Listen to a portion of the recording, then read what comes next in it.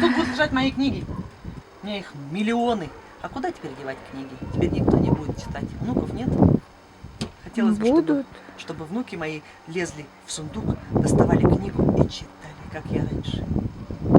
Как охота читать. Мне все время охота читать. Вкусы меняются. А читать охота каждый день. Как наркотик. Люди любят рыбалку. Там. Я ненавижу рыбалку. Ненавижу охотников. Ой, была бы я гринписовкой. Я бы строго запретила рыбалку и строго запретила охоту. Как охота мне это протянуть, эту тему во всех форумах интернета. Я против рыбалки. Любой. И против охоты. Любой. И считаю, проклятые люди, сами проклятые люди, которые рыбачат или охотятся. Нельзя убивать. Особенно вот этих животных. Потому что ничего не останется скоро. Ничего скоро не останется. Ни одной рыбки, ни одного животного в лесу не останется.